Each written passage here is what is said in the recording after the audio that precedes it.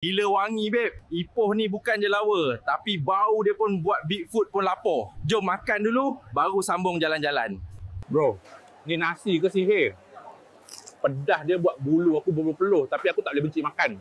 Ni memang betul-betul ganja halal ni. Aku rasa pasar malam ni tak direka untuk Bigfoot. Kiri laksa, kanan sate. Tengah-tengah aku tersepit dengan kuih lapis. Aku pun nak jadi seni juga.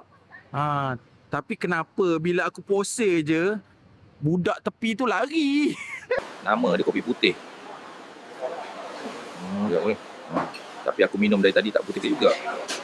Mana silapnya ya? Lawak tempat ni. Tapi kalau tahu tinggi macam ni, aku hantar drone je tadi. Penat gila, babe. Motor ni macam basikal budak je. Tapi janji sampai. Janji panas-panas.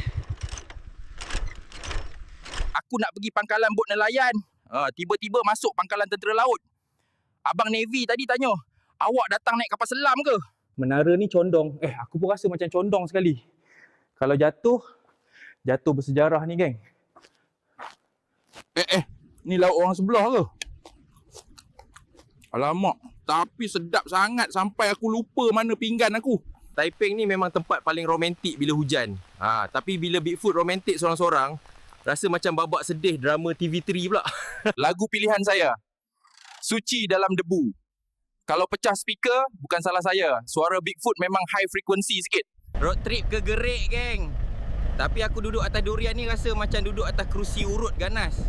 Bau dia. Woi, tunggulah.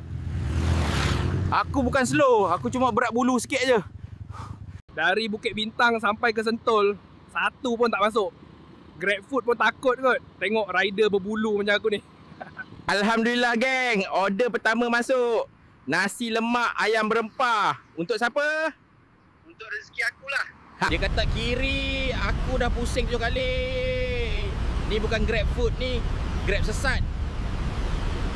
Saya bukan raksasa, bang. Saya rider je.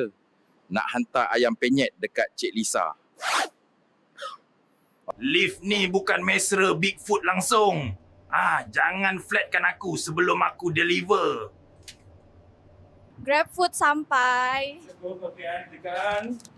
Dengan kasih sayang dan peluh Bigfoot Sekali. Cantiknya pemandangan. Tapi lagi cantik kalau ada awet sebelah. Kenapa aku cakap macam ni? Bukankah aku ni kaki gunung?